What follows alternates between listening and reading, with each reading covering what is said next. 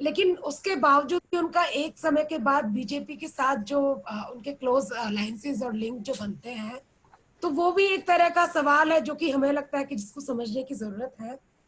साथ में एक चीज ये भी है कि जाति जो है वो आज भी विद्यमान है समाज में, वो दैट्स अ क्रूड रियलिटी आज के टाइम की भी।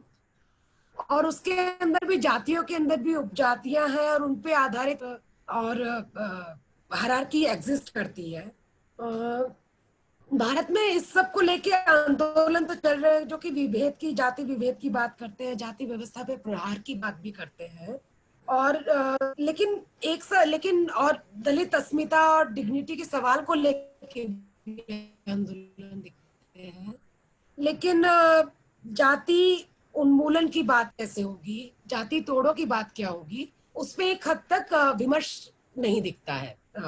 और तो इन्हीं सब मुद्दों पे आज प्रोफेसर सतीश देशपांडे हमारे बीच बात करने के लिए शामिल हैं। और प्रोफेसर सतीश देशपांडे को बहुत इंट्रोडक्शन की जरूरत नहीं है, हम सभी लोग उनके काम से उनसे वाकिफ है। पर मैं थोड़ा सा बताने के लिए कि वो दिल्ली विश्वविद्यालय में समाज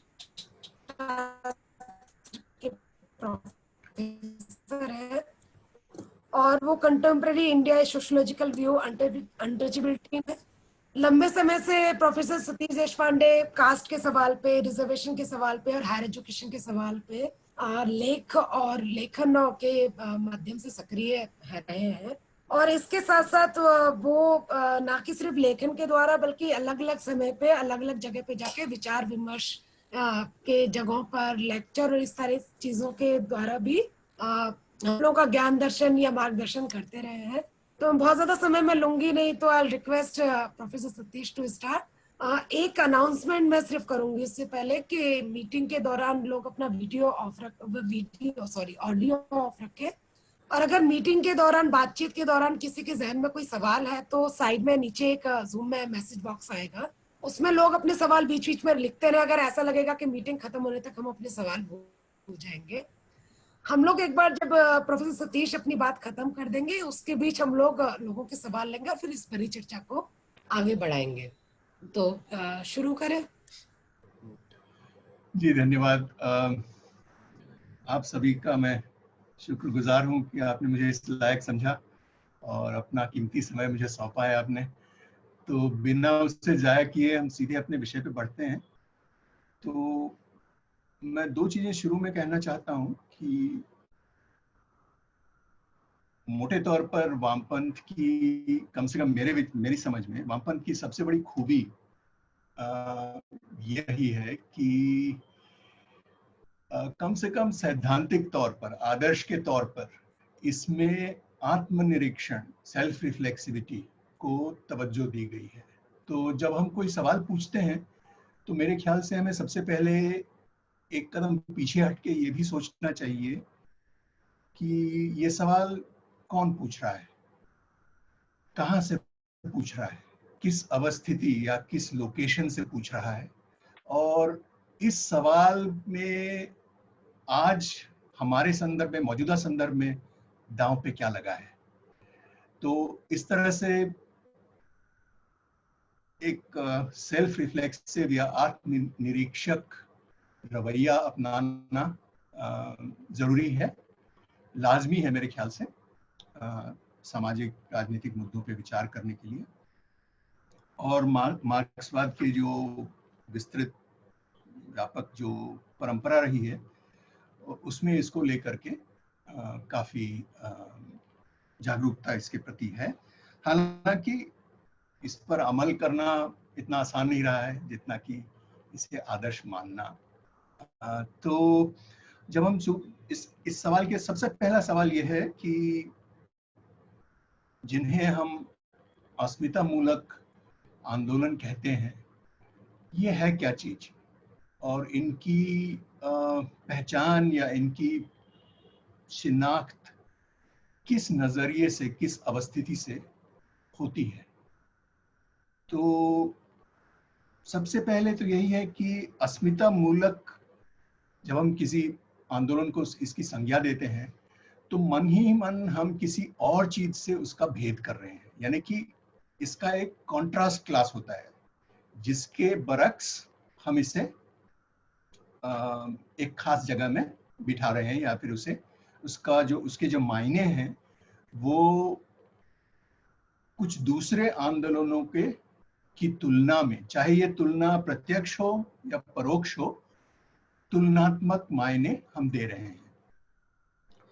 तो जिनको अस्मितामूलक आंदोलन कहा जाता है, उनका इतिहास एक तरह से विचारधारात्मक इतिहास, आइडियोलॉजिकल हिस्ट्री बहुत रोचक रहा है, क्योंकि इनके साथ एक अजीब सा भाव लगभग हर प्रमुख परिप्रेक्ष्य, राजनीतिक परिप्रेक्ष्य की तरफ से एक खास भाव जुड़ा हुआ है। और वो भाव, इसके लिए मैं शब्द खोज रहा था आज, और मुझे अभी तक यानी अच्छे पूरे सटीक शब्द नहीं मिल पाए हैं। तो जो अंदाजन जो मैं कह पा रहा हूँ वो है कि अजीब तरह का इसके साथ सौतेलेपन का एक भाव है। यानी कि जो अस्मितामूलक आंदोलन है वो मोटे तौर पे अगर हम वामपंथी नजरिए से देखें तो इनको वर्गमूलक आंदोलनों के बरक्स आंका जाता है, इनका आकलन उनकी तुलना में किया जाता है। और अस्मितामूलक आंदोलन वर्गमूलक आंदोलन नहीं है, इस समझ को लेकर के आगे इनकी परिभाषा की जाती है। इसी तरह से अगर हम लिबरल परिप्रेक्ष्य से देखें, जो एक तरह से दुनिया के सैद्धांतिक क्षेत्र में हावी रही है, पश्चिमी उदारवादी परिप्रेक्ष्य, उसमें भी अस्मितामूलक आंदोलनों के प्रति को शक की नजर से देखा गया है, क्योंकि उस परिप्रेक्ष्य में व्यक्ति विशेष को महत्व दिया जाता है और माना जाता है कि हर प्रकार की सामूहिक अस्मिता व्यक्ति विशेष की स्वतंत्रता, उसकी गरिमा, इसको एक तरह से उसमें बाधा पहुंचाती है या उसमें वो कोई मिलावट लाती है। तो कुल मिला के मैं ये जो कहना चाह रहा हूँ कि अस्मितामूलक आंदोलनों का आकलन किसी अपवाद के नाते या फिर इनमें किसी नैतिक दोष या किसी प्रकार की कमी के हिसाब से शुरू में कम से कम देखा जाता था कि 80 के दशक में खासकर वामपंथ की ओर से जो नजरिया अपनाया गया अस्मितामूलक आंदोलन पर, वो पूरी तरह से विरोधात्मक था। और उनका मानना था कि वर्गमूलक आंदोलनों के एक तरह से हाशिए पे चले जाने का मुख्य कारण अस्मितामूलक आंदोलनों का उभार है। तो यानी इसको कॉज इफेक्ट के रूप में देखा जाता था कि अगर वामपंथी आंदोलन नरम पड़ गए हैं या कुछ इनमें कुछ जान नहीं रही या कुछ निर्जीव से लग रहे हैं, तो इसका मुख्य कारण है अस्मिता आंदोलनों का उभरना। और ये ऐतिहासिक दृष्टि से ये दोनों साथ साथ हुए, इसलिए ऐसा लग भी रहा था कि अस्मितामूलक आंदोलन इसके लिए जिम्मेदार हैं। पर हमें ये सब जानते हुए कि इस तरह से इनका आकलन इस तरह से किया गया था और इनके साथ एक प्रकार का सौतेलापन जुड़ा हुआ था कि ये अपने नहीं है, ये कुछ और है। जो चीज हम चाहते हैं या जो हमारे मानकों पर सही उतरती है, उन मानकों तक ये नहीं पहुंच पाती और इनमें कुछ कमी है, इनमें कुछ त्रुटि है, कुछ दोष है। इस परिप्रेक्ष्य से अगर हम इन आंदोलनों को देखने लगे तो इनके सही आकलन करने में हमें दिक्कत होगी। तो इसीलिए मैं ये पहले ही इस तरह के आकलन पहले किए गए थे, इसके प्रति अपने आप को सजग कर रहा हूँ और उसके साथ साथ आप लोगों के सामने भी ये मैं बात रख रहा हूँ। मोटे तौर पे जब हम अस्मिता मूलक आंदोलन की बात करते हैं या अस्मिता की जो धारणा है, उसकी परंपरागत जो परिभाषा रही है, जो आम परिभाषा रही है, उसको लेकर के कई सारे अब सवाल उठने लगे हैं। मोटे तौर पे क्या परिभाषा थी? परिभाषा ये थी कि अस्मिता मूलक या अस्मिता या पहचान ऐसी चीज है जो जन्मजात गुणों पर आधारित है। यानी कि आपकी जाति हो, आपका लिंग, या जेंडर कहना शायद यहाँ ठीक नहीं होगा, लिंग ही लीजिए, नस्ल हो, लिंग हो, इस तरह की चीजें, भाषाई कोई अस्मिता हो आपकी, तो जिन अस्मिताओं को का आधार कुछ ऐसे चरित्र गुण हैं जो हमें जन्म से ही मिलते हैं, यानी कि जो हमारे चयन के पात्र नहीं रहे, जिनको हमने चुना नहीं, जिस अस्मिता में हमारा जन्म हुआ, इस तरह की परिभाषा हुआ करती थी। लेकिन इस परिभाषा को लेकर के बहुत सारे अब सवाल उठने लगे हैं।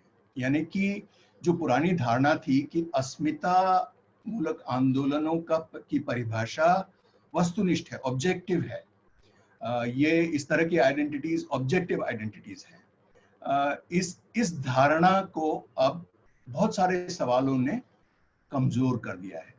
सबसे अच्छा उदाहरण, सबसे चौंकाने वाला उदाहरण है लैंगिक पहचान का। ये हम मान के चल रहे थे कि स्त्री और पुरुष में जो फर्क है वो सर्वविदित है, वो जग जाहिर है, इसमें कोई दो राय नहीं हो सकती और ये पूरी तरह से वस्तुनिष्ठ है। पर अब जो एक तरफ राजनीतिक दृष्टि से देखें तो ट्रांसजेंडर और अलग अलग तरह के जो आंदोलन उभरे हैं, उनसे इस तरह की समझ पर सवालिया निशान लगा दिया गया है। दूसरी तरफ अब जैविक विज्ञान यानी बायोलॉजी में भी जो नए नए शोध अब आ रहे हैं, उनके आधार पर भी अब ये कहना मुश्किल हो गया है कि लैंगिक भेद कुदरती है या कुदरती होते हुए भी स्थिर भेद है, यानी कि ये सेटल्ड डिफरेंस है। इस पे कई सारे अब सवाल उठने लगे हैं, क्योंकि बायोलॉजी में भी अब ये निर्धारित करना कि कौन सी चीज, कौन सी जैविक चीज, चाहे वो इंसान हो चाहे दूसरी चीजें हो, इनका लिंग निर्धारण अब नए सिरे से इस पर प्रश्न चिन्ह लग गए हैं।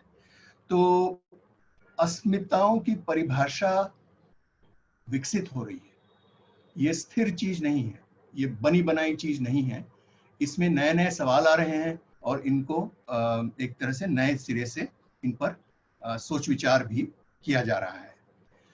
तो चूंकि इस पर सैद्धांतिक दृष्टि से बात करने में दिक्कत आएगी, क्योंकि इस बात को ज्यादा बढ़ाया नहीं जा सकता, और चूंकि मुझे कहा गया था कि आपकी रुचि जाति के सवाल पे भी है, तो हम जाति को अस्मिता मूलक आंदोलनों के या फिर अस्मिता के ही एक उदाहरण के रूप में लेकर के चलें।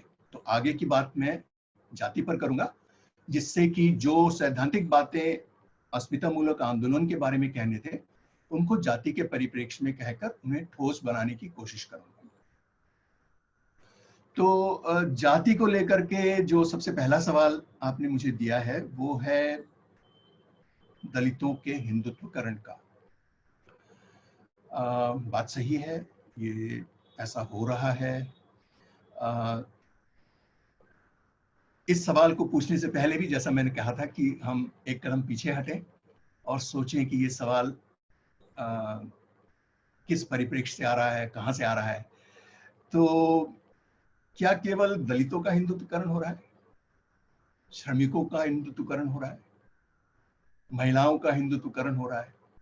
लगभग हर प्रकार की राजनीतिक अस्मिता या राजनीतिक विचारधारा का अब हिंदुत्वकरण हो रहा है। उस दौर में दलितों का भी हिंदुत्वकरण हो रहा है। तो हमें ये ध्यान में रखना है कि ये कोई अनोखी चीज केवल दलित आंदोलन के साथ कोई विशिष्ट चीज जुड़ी हुई है, ऐसा नहीं है। जो उभार अभी हिंदुत्व का जो उभार हमारे सारे समाज पर हावी है, उस उभार में कई सारे अन्य आंदोलन, कई सारे अन्य ऐसे विचारधाराएं जुगती नजर आ रही हैं, और उनमें दलित विचारधारा भी एक है। लेकिन मुझे लगता है कि दलितों का जो हिंदुत्वकरण है, ये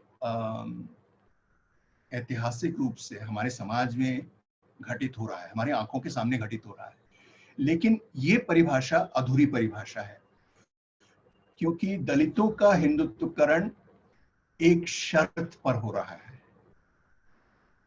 हर एक समुदाय का या अस्मिता का हिंदुत्वकरण जिस किसी का भी हो रहा है, उसके साथ सामान्यतः एक शर्त जुड़ी हुई है, और वो शर्त हिंदुत्व की मूल शर्त है, उसकी बुनियादी शर्त है।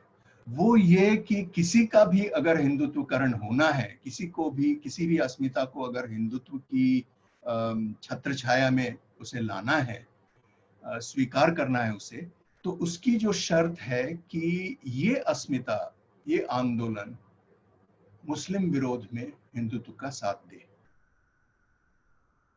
तो मेरा सुझाव ये है आपसे कि हम दलितों के हिंदुत्वकरण या किसी और आंदोलन की या अस्मिता के हिंदुत्वकरण की बात के बारे में जब हम सोचते हैं, तो हम ये ध्यान में रखें कि मुस्लिम विरोध एक बुनियादी उसूल है हिंदुत्व का, जिसके बिना इसकी छत्र छाया में या इससे स्वीकृति पाना मुश्किल है। तो आज जो प्रक्रिया हमारे सामने देख रहे हैं, ये बहुत ही केंद्रीय प्रक्रिया है, और ये सवाल आपने जो उठाया है, ये बहुत ही महत्वपूर्ण सवाल है, और इस सवाल के जवाब पे हमारा भविष्य टिका हुआ है, इसमें कोई दो राय नहीं है। लेकिन जो एक तरह से न्योता दिया जा रहा है हिंदुत्व की राजनीति द्वारा दलितों को, दलित राजनीति को, कि आप हमारे साथ आ जाओ, तो उसकी शर्त यह है कि साथ आने का मतलब यह है कि दलित भी मुस्लिम विरोध में सक्रिय रूप से शरीक हों।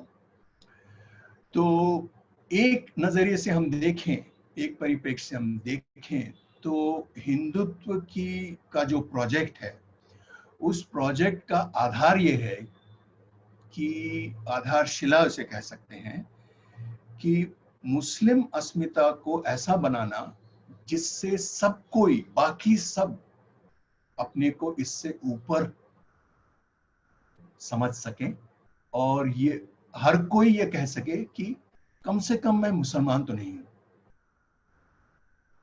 और ये मुसलमान नहीं होने का और मुसलमानों का विरोध करने का जो प्रोजेक्ट है, इसके जरिए एक नए प्रकार की एकता लाने की कोशिश है हिंदुत्व।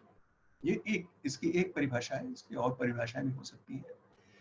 तो अगर हम इस नजरिए से देखें, तो पिछले एक दशक से, कम से कम एक दशक से, शायद उससे पहले भी, लेकिन एक दशक से ये प्रक्रिया बिल्कुल उभर कर आई है और प्रत्यक्ष है।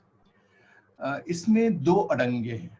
एक तो मैंने ये अभी आपको बता ही दिया कि ये शर्त लगाई जा रही है, यानी ये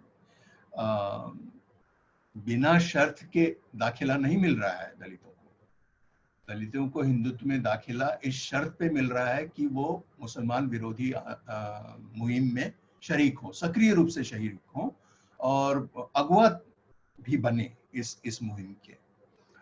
दूसरी तरफ है सवर्ण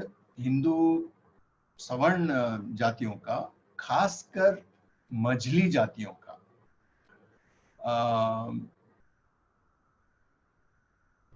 पुश्तैनी कहें, पारंपरिक कहें, ऐतिहासिक कहें, प्राचीन कहें, दलित द्वेष।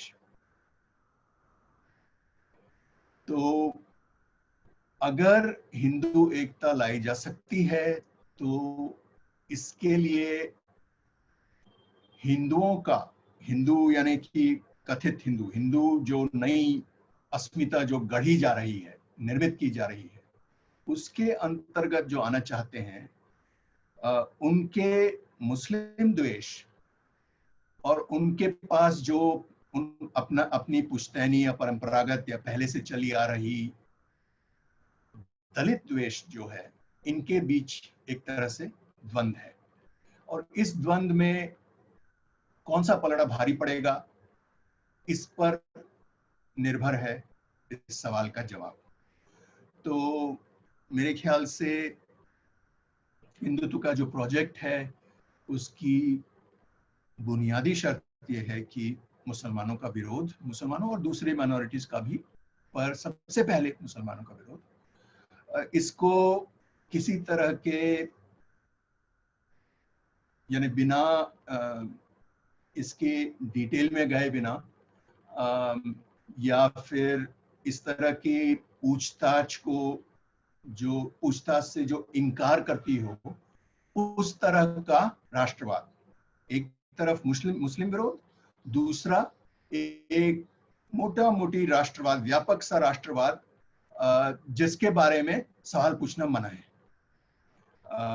और जो राष्ट्रवाद लगभग एक धार्मिक आस्था की तरह प्रस्तुत किया जा रहा है कि या तो आप इसमें विश्वास करते हो या नहीं करते हो, यहाँ सवाल पूछने का कोई जगह नहीं है।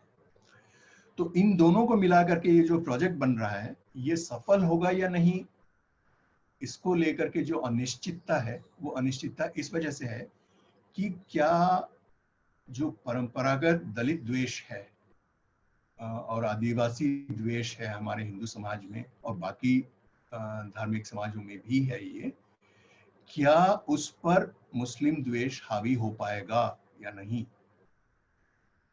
और हम बार बार देख रहे हैं जैसे दलित अत्याचार की घटनाएं होती हैं, उसमें ज़्यादातर जो ओबीसी समुदाय हैं वही आगे होते हैं।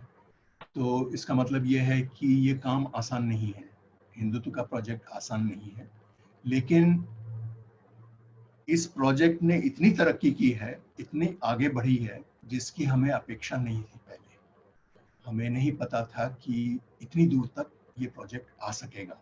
ये आ चुका है, तो इसका मतलब ये है कि इससे भी आगे बढ़ सकता है, पर अभी हमारे पास इसका सही जवाब, पूरा जवाब या फिर आधिकारिक जवाब नहीं है।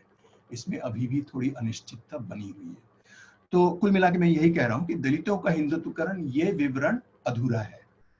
इसको पूरी तरह से समझने के लिए हमें मुस्लिम सवाल को भी इसके साथ लाना होगा, तब जाकर के ये इस सवाल को हम समझ पाएंगे। आपका तीसरा सवाल था, जो ये भी बहुत बड़ा सवाल है और हमारे समय का बहुत ही मौलिक सवाल है। ये है कि जाति उन्मूलन या फिर जाति के सर्वनाश की जो बात कर रहे थे अम्बेडकर 7 दशक पहले, 8 दशक पहले, उस सवाल का क्या हुआ। आज जाति आधारित आंदोलन, जिन्हें हम अस्मिता मूलक आंदोलन के उदाहरण के रूप में ले रहे हैं, उन्होंने तो बहुत सारी बहुत प्रगति की है और अपने को राजनीतिक मुख्य धारा में लाया है, और बहुत छोटी बड़ी बहुत सी जीतें हासिल हुई हैं उन्हें। लेकिन जो मौलिक सवाल है कि जाति अस्मिताओं को एक तरह से फीका करना या उन्हें बुझाना, इसका काम तो नहीं हो रहा है, बल्कि जाति अस्मिताओं को तूल दिया जा रहा है। उन्हें बुझाने के बदले उनमें और आंच उनकी और तेज की जा रही है। तो इसको कैसे समझें? फिर मैं कहता हूं आपसे वही कि एक कदम पीछे हटिए, इस सवाल को जब पूछ रहे हैं तो पूछिए कि हम जैसे लोग तो वर्ग का विनाश भी चाहते थे, तो वर्ग का सर्वनाश नहीं हुआ। हम चाहते थे कि पितृसत्ता का सर्वनाश हो, पितृसत्ता का सर्वनाश भी नहीं हुआ है। उसी तरह जाति के सवाल के जाति का सर्वनाश भी नहीं हो रहा है। तो फिर मैं अपने आप को और हम सभी को ये याद दिलाना चाहूंगा कि हम ये न समझें कि ये जातिगत आंदोलनों की कोई खास कमी है या उनका कोई विशिष्ट दोष है कि वे जाति उन्मूलन के इस मुहिम को आगे नहीं बढ़ा पाए, क्योंकि बहुत सारे ऐसे मुहिम हैं जिनमें हमारी आस्था थी और उनको भी हम नहीं बढ़ा पाए हैं। तो इस तुलनात्मक दृष्टि से जब हम देखने लगे तो सबसे पहले हमें यह सोचना होगा कि जाति है क्या चीज। क्योंकि जब हम जाति की बात कर जेंडर की बात करते हैं तो आदतन सहज स्वाभाविक तरीके से हम एक रिश्ते के एक ध्रुव पर अपना ध्यान टिका देते हैं। जेंडर, जाति, ये सब रिश्ते हैं, ये चरित्र गुण नहीं है, एट्रीब्यूट्स नहीं है किसी के, ये रिश्ते हैं, एक प्रकार के संबंध हैं। जेंडर का व्यवहारिक मतलब स्त्री हो जाता है, जाति का व्यवहारिक मतलब कथित निचली जाति हो जाता है, और हम ये भूल जाते हैं कि ये एक परस्पर संबंध है। और जब तक हम दोनों ध्रुवों के बारे में नहीं सोच सकते, इस संबंध के दोनों ध्रुवों के बारे में नहीं सोच सकते, तब तक इस चीज का उन्मूलन असंभव है। तो जाति की परस्परता को हम अभी तक उसे जितनी तवज्जो दी जानी चाहिए उतनी तवज्जो हम नहीं दे पाए हैं, और उसकी गुत्थी को हम अभी तक सुलझा नहीं पाए हैं, और इस वजह से बहुत बड़ी अड़चन आ रही है जाति उन्मूलन के सवाल को लेकर के। तो मैं आपका ध्यान आकर्षित करना चाहता हूं दूसरे ध्रुव पर। आजकल आपने सुना होगा कि बहुत बात चल रही है अमेरिका में, और अब शायद पूरे विश्व में चल रही है, नस्ल को लेकर के, रेस को लेकर के जो बातें चल रही है। और एक नया शब्द या वाक्यांश प्रचलित हुआ है, व्हाइट प्रिविलेज, यानी कि नस्ली प्राधिकार, विशेषाधिकार कह लीजिए। प्राधिकार वैसे अच्छा शब्द है, इतना ज्यादा इस्तेमाल नहीं होता है। अधिकार का मतलब राइट्स, या इससे तो हम वाकिफ हैं ही, लेकिन प्राधिकार का मतलब प्रिविलेज, यानी कि विशेषाधिकार, जो खास सुविधाएं हैं। सुविधा शब्द में वो पूरी तरह से इसका आशय गिरफ्त नहीं हो पाता। तो मेरा सुझाव है कि हम प्राधिकार शब्द को अब इसका बर्तन करने लगे, इसको इसे बरतने लगे, इसे प्रचलन में लाएं, जिससे कि इसका आशय आत्मीय बन सके और इसे हम सहज रूप से। नए शब्दों के साथ यही होता है कि पहले पहले बड़ा असहज महसूस करते हैं हम अपने को, लेकिन ये जरूरी है क्योंकि इसके बारे में सोचना बहुत जरूरी है। तो व्हाइट प्रिविलेज की जब बात हो रही है तो ये इतनी हमें नई क्यों लग रही है? ये नई इसलिए लग रही है कि अब तक जब रेस नाम की चीज की जब इसको लेकर के जब चर्चा होती थी तो अश्वेत लोगों को केंद्र बिंदु बनाया जाता था, कि हम सोचते थे कि उनकी क्या हालत है, उनका कौन उत्पीड़न कर रहा है, इत्यादि इत्यादि। तो जैसे कि हम यहाँ जाति के सवाल को जैसे ही जाति का सवाल उठता है तो सहज रूप से हमारा ध्यान इस रिश्ते के एक ध्रुव पर, एक छोर पर केंद्रित हो जाता है। तो मेरा सुझाव है कि अब समय आ गया है कि हम दूसरे छोर पर अपना ध्यान लगाएं और इस पे मेहनत करें कि यहाँ क्या हो रहा है। और ये बहुत पेचीदा मामला है, आसान मामला नहीं है, क्योंकि आमतौर पर जो उच्च कथित रूप से उच्च जातियां हैं, उनकी उनके लिए जो सबसे बड़ी सुविधा मिली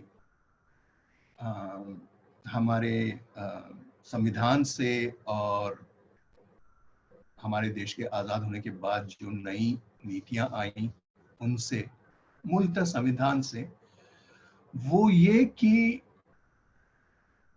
उनकी जातीय अस्मिता को उजागर नहीं करने की, छिपा के रखने की एक तरह से संविधान उन्हें अधिकार देता है। मुझे संविधान अधिकार देता है कि जब तक मैं राज्य से अपनी जाति के आधार पर कोई सुविधा नहीं मांग रहा, तब तक आप मेरी जाति मत पूछिए, मुझसे मत पूछिए कि मेरी जाति क्या है। तो इसका व्यावहारिक मतलब क्या हुआ? इसका व्यावहारिक मतलब ये कि मुझसे मत पूछिए कि मुझे मेरे जाति के कारण कौन कौन सी तरह की सुविधाएं आज तक मिल रही हैं और जिनका सुख मैं भोग रहा हूं, वो मत पूछिए। ये गैर कानूनी है ऐसा पूछना, क्योंकि अब नए संविधान में हम एक गणराज्य के समान नागरिक हैं और हम सबकी कोई जाति नहीं है। और रिजर्वेशन और इस तरह के जो नीतियां हैं वो एक अपवाद के रूप में है। जो नियम है वो है अचिन्हित पहचान का, कि हमारे किसी भी भारतीय नागरिक की कोई और पहचान इसके लिए कानूनी तौर पे जरूरी नहीं है। और रिजर्वेशन और इत्यादि चीजें एक अपवाद के रूप में है, जो हमारी जो इतिहास के में जो अत्याचार हुआ था और एक तरह से व्यवस्थित अत्याचार हुआ था, उसके मुआवजे के रूप में अपवाद है रिजर्वेशन। ये समझ सवर्ण मानस की समझ है। तो इसका मतलब जातीय प्राधिकारों के बारे में सोचना लगभग असंभव हो जाता है। अगर हम ये मान बैठते हैं कि 26 जनवरी 1950 के बाद किसी भी भारतीय की जाति नहीं रह गई या नहीं रहनी चाहिए, तो जातीय प्राधिकारों के बारे में सोचना कठिन हो जाता है, क्योंकि हम इसकी मौजूदगी से, इसके अस्तित्व से ही इनकार कर रहे हैं। तो मुझे लगता है कि अब जो मेहनत लगानी है, विश्लेषण का जो महत्व यानी जो श्रम जातीय प्राधिकारों को उनका विवरण प्रस्तुत करने में, उन्हें प्रत्यक्ष करने में, जो अब तक परोक्ष रही हैं उनको प्रत्यक्ष करने में हमें मेहनत करनी होगी। जब हम ये करेंगे तब हम कई कदम करीब पहुंच पाएंगे जाति के उन्मूलन की। ये सही है कि जातीय अस्मिताओं का और तेज होना एक तरह से और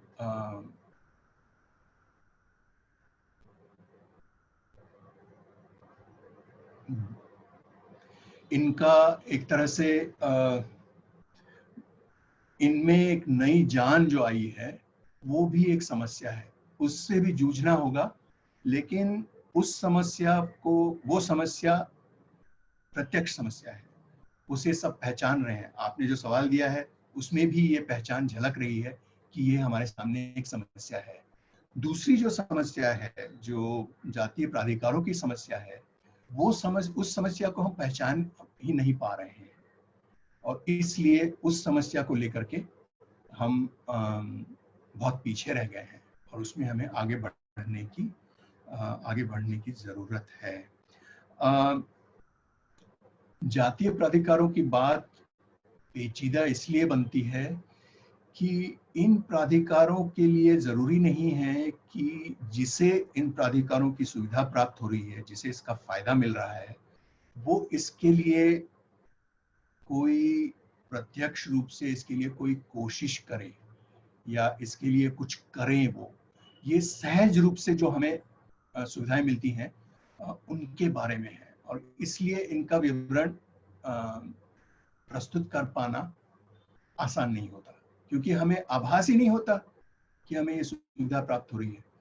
तो इसीलिए हमें जहां से भी मदद मिल सके ये मदद लेनी होगी। और चूंकि ये विषय अभी बहुत सामयिक है, उसकी बहुत चर्चा हो रही है सारी दुनिया में, तो मैं दोबारा आपको वाइट प्रिविलेज की याद दिलाता हूँ कि अब हमें एकदम से नजर आ रहा है, क्योंकि ये इतना बड़ा आंदोलन स्वतः स्पॉन्टेनियसली उभर गया और सारे देश में छा गया एक तरह से, कि वाइट प्रिविलेज की बात बहुत देर से हो रही है, 2 दशकों से हो रही है। लेकिन जो इसकी बात कर रहे थे, मुझे पता नहीं आप में से कितने लोगों ने पेगी मैकिन्टॉश नामक एक महिला रिसर्चर का नाम सुना होगा या ना सुना होगा। अब उनका नाम बहुत लिया जा रहा है, हालांकि वो जो काम वो आज कर रही हैं वो काम वो 20 साल पहले से भी कर रही थी। वाइट प्रिविलेज का विवरण प्रस्तुत करना, इसके बारे में उन्होंने बहुत मौलिक काम किया है। तो इस तरह का काम अब हमें करना होगा। तो उदाहरण के तौर पे, इसके साथ ही मैं अपनी बात खत्म करूंगा। उदाहरण के तौर पे उनके एक लेख में उन्होंने कोशिश की है एक लिस्ट बनाने की कि ऐसी दैनिक जीवन में ऐसी परिस्थितियां, छोटी मोटी परिस्थितियां जिनसे या अनुभव जिनसे वो गुजरती हैं और जो उनके श्वेत होने के कारण उनका अनुभव कुछ खास प्रकार का होता है, जबकि उसी तरह के अनुभव से अगर कोई ब्लैक व्यक्ति गुजरे, कोई अश्वेत व्यक्ति गुजरे, तो उसका अनुभव बिल्कुल अलग होगा। यानी कि वो किसी डिपार्टमेंट स्टोर में जाएं कोई शॉपिंग करने, तो चूंकि वे श्वेत हैं, उनके पीछे दुकान का कोई कर्मचारी नहीं लग जाएगा कि ये कुछ चोरी करने वाले हैं, जबकि उन्हीं के वर्ग स्थिति में, उन्हीं के जैसे, उन्हीं के जितना अमीर या उन्हीं के जितना संपन्न वर्ग का कोई श्वेत व्यक्ति, उनके हर तरह से उन्हीं के जैसा, केवल नस्ल के उनका अलग है। अगर इस तरह का व्यक्ति, मान लीजिए एक ब्लैक महिला जाती है, जो वो भी रिसर्चर है, वो भी उतना ही कमाती हैं जितना पेगी मैकिन्टॉश कमाती हैं, जब वो उसी दुकान में, उसी डिपार्टमेंट स्टोर में जाएंगी, तो उनके पीछे दुकान का कोई कर्मचारी लग जाएगा कि ये कुछ चोरी करने वाली है। तो ये एक उदाहरण है, ये उदाहरण है कि इस तरह के अनुभवों से हम गुजरते हैं, हर रोज गुजरते हैं, और इन पे हम ध्यान नहीं देते कि ये हमारे जातीय प्राधिकार है, इनको हम ये संज्ञा ही नहीं दे पाते। तो और जब हमारे पास इसके लिए भाषा नहीं होती, इसके लिए शब्द नहीं होते, इसके लिए नाम नहीं होते, तो हम चीज को कैसे पहचानेंगे? और जब तक हम इस चीज को नहीं पहचानेंगे, तब तक जाति नाम की चीज की पूरी भरी परिभाषा हमारे पास नहीं होगी। अधूरी परिभाषा से इसका उन्मूलन असंभव है। दूसरी समस्याएं भी हैं, ये एकमात्र समस्या नहीं है, पर मैं इस समस्या पे जोर दे रहा हूं क्योंकि इस समस्या के बारे में मेरे हिसाब से हमने सोचा ही नहीं है और इस पे सोचना जरूरी है। तो आपके 3 सवाल थे। सबसे पहले मैं अस्मिता मूलक आंदोलनों के बारे में जो सवाल है, उसके लिए मैंने कोशिश की आपको चेताने की कि लिबरल परिप्रेक्ष्य से और वामपंथी परिप्रेक्ष्य से एक तरह से अस्मिता मूलक आंदोलनों को शक की नजर से देखा गया है। इसका मतलब ये नहीं है कि इन पे शक करने की कोई जरूरत नहीं है या ये बहुत अच्छी चीज है, ऐसे इनके साथ हो लेना चाहिए, मैं ये नहीं कह रहा। मैं ये कह रहा हूं कि अगर हम इस तरह के भेदभावपूर्ण नजरिए से इनका आकलन करने की कोशिश करें, तो हमारे आकलन के गलत होने की संभावना बढ़ जाती है। तो इसीलिए इनका पूरी अपने आप के प्रति पूरी तरह से सजग होके इनका आकलन करना जरूरी है। इनका भविष्य वही होगा जो और राजनीतिक आंदोलनों का भविष्य है, और इस भविष्य की एक तरह से मूल चरित्र गुण है अनिश्चितता, क्योंकि अगर हमारे पास भविष्य के का नुस्खा होता हमारे पास कि हम भविष्यवाणी कर सकते तो बहुत सारी चीजें हो सकती थी। लेकिन सवाल ये नहीं, आपने मुझसे ये नहीं कहा कि भविष्यवाणी कीजिए, मैं ये समझ रहा हूँ, आपने कहा कि इसका आकलन कीजिए। तो आकलन करने के लिए सबसे पहले जरूरी होता है कि जो गैर जरूरी चश्मे हैं या जिन चश्मों से जिस चीज को हम देख रहे हैं वो विकृत हो जाए, उस तरह के चश्मे को उतार देना हमारा पहला काम है। उसके बाद ही आकलन हो सकता है। दूसरा आपका सवाल था दलितों का हिंदुत्वकरण। मैं हिंदुत्वकरण व्यापक प्रक्रिया है, ये कई तरह के आंदोलनों पे हावी हो रही है, दलित आंदोलन पर ही नहीं। और दलितों का हिंदुत्वकरण ये समस्या का एक भाग मात्र है। इस समस्या को समझने के लिए हम इसके दूसरे भाग यानी कि मुस्लिमों का अन्यकरण, अदरिंग ऑफ मुस्लिम्स, इसको ये इन दोनों में ये एक तरह से जुड़ी हुई चीजें हैं। हम एक को दूसरे के बिना नहीं समझ सकते। और तीसरा सवाल था कि जाति की का उन्मूलन का सवाल बहुत मुश्किल सवाल है, और इसलिए और भी मुश्किल रहा है क्योंकि आजादी के बाद से हमने जाति के सवाल पर एक तरह का खास चश्मा चढ़ा लिया इसको लेकर, जिससे कि हमें इसका एक छोर नजर ही नहीं आया। जिन समुदायों को जाति से सबसे ज्यादा फायदा हुआ, जातीय प्राधिकार जिसके पास सबसे ज्यादा थे, वही समुदाय, बहुत वाचाल समुदाय, बहुत मुखर समुदाय, उसी समुदाय ने कहा कि हमारी कोई जाति नहीं है, और ये मान भी लिया कि हमारी जाति नहीं है, जबकि जातीय प्राधिकार सही सलामत हैं और इनका भरण पोषण बड़े आराम से हो रहा है, इनका प्रजनन, इनका रिप्रोडक्शन भी बड़े आराम से हो रहा है। तो जब तक हम इस सवाल पे ध्यान नहीं देते तब तक जाति के उन्मूलन का सवाल इसको हम हल नहीं कर पाएंगे। अभी तो वैसे बहुत लंबी लड़ाई है और जाति को लेकर के बहुत सारी और समस्याएं भी हैं, और इसके बारे में अवस्थिति का बहुत महत्व है। आज हम सभी समझते हैं कि जाति के बारे में बोलते समय हमें ध्यान रखना चाहिए कि हम कौन हैं, हम कहाँ से बोल रहे हैं, किस लहजे में हम बोल रहे हैं। इस सब का ध्यान रखते हुए हमें आगे बढ़ना है। तो मैं अपनी बात यही खत्म करता हूँ और उम्मीद करता हूँ कि आपके सवाल होंगे और उस पे आगे चर्चा की जा सकती है। बहुत बहुत शुक्रिया प्रोफेसर सतीश। बहुत बहुत सारी चीजें आपने बताई, तो बहुत शुक्रिया चीजों को ठीक तरह से पर्सपेक्टिव में रखने के लिए।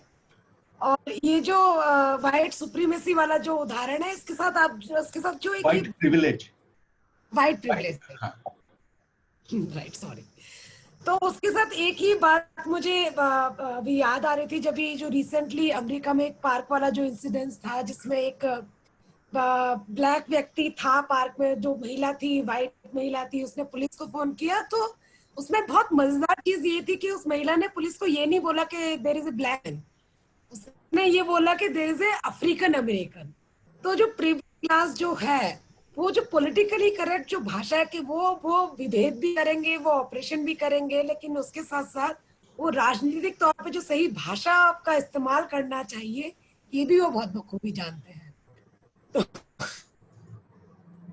ऐसे मुझे उदाहरण के तौर पे ये याद आ गया। तो जी, मैं भी इसे उदाहरण के तौर पे प्रस्तुत कर रहा था। ये जरूरी नहीं है कि हर चीज जो वहां हो रही है वो हम भी यानी आंख मूंद के करें, ऐसा नहीं है। अगर किसी के सवाल है या अगर चर्चा में कुछ और बात जोड़ना है तो लोग, people are welcome to do that.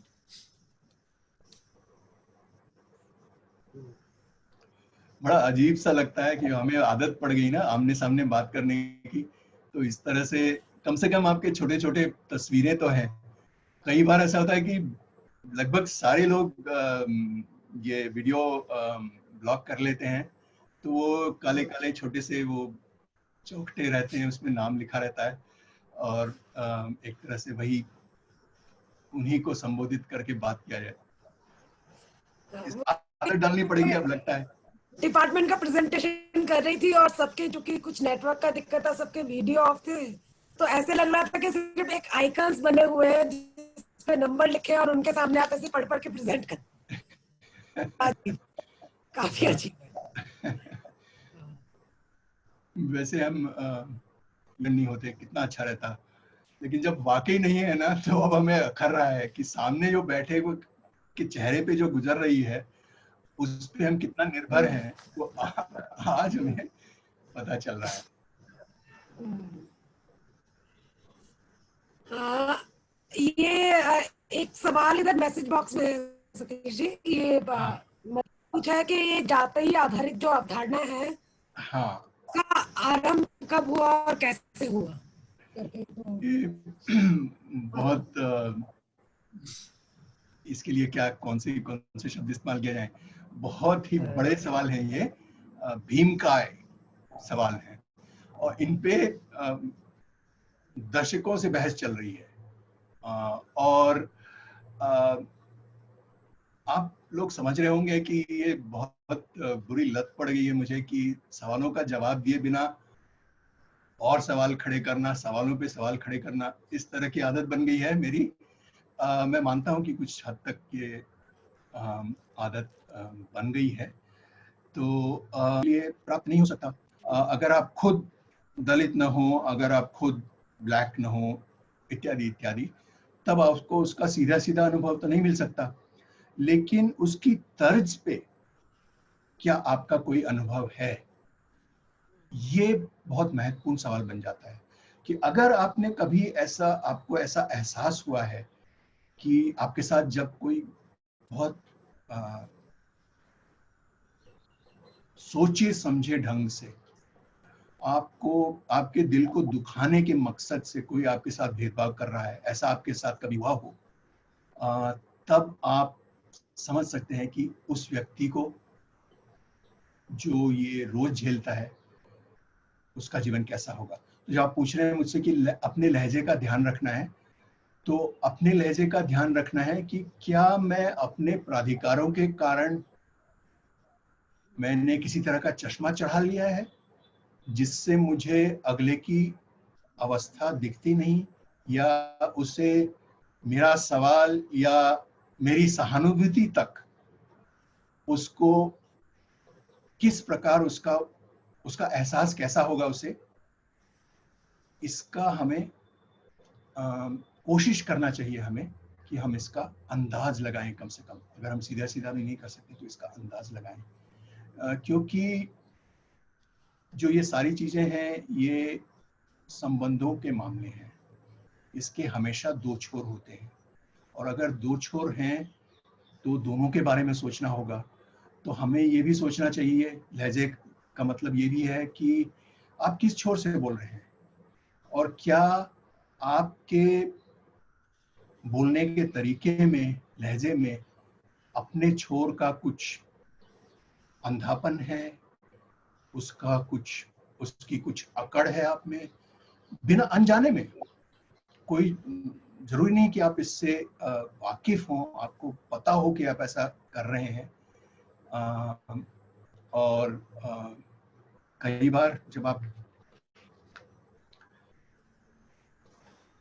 चूंकि ये स्त्री मुक्ति संगठन है तो इसलिए मैं आपसे कह रहा हूँ, आपने कई बार, स्त्रियों ने कई बार सुना होगा कि जो फेमिनिस्ट मैन जो बहुत मुखर होकर बोलते हैं कई बार कि स्त्रियों की के अनुभव के बारे में, जो उसके बारे में एक नया शब्द है जो मेरी पीढ़ी के लिए बिल्कुल नया है, लेकिन मैंने हाल में इसे सीखा, मैंसप्लेनिंग। तो आप में से कुछ लोगों ने सुना होगा और इसकी शायद आप व्याख्या आप बेहतर कर पाए। जब आपको एहसास होता है ना कि आपने से कई लोगों ने इसका अनुभव किया होगा कि कोई मर्द कह रहा है कि भाई स्त्रियों के साथ बड़ा अन्याय होता है, और वो उसके कहने के लहजे में ही आपको पता चल रहा है इसको वाकई कुछ समझ में नहीं आया अभी तक, लेकिन बोले जा रहा है। सारे शब्द हैं उसके पास, लेकिन उस शब्द, वो किस तरह के अनुभव को वो गिरफ्त करते हैं वो शब्द, इसका कुछ उसको एहसास नहीं है। तो ये जब आपको अनुभव होगा ना, तब उस तरह का व्यक्ति आपको नहीं होना है। मैं आपसे जो कह रहा हूँ, ये बड़ा लंबा हो गया जवाब। लहजे का कोई, इसकी कोई परिभाषा नहीं है।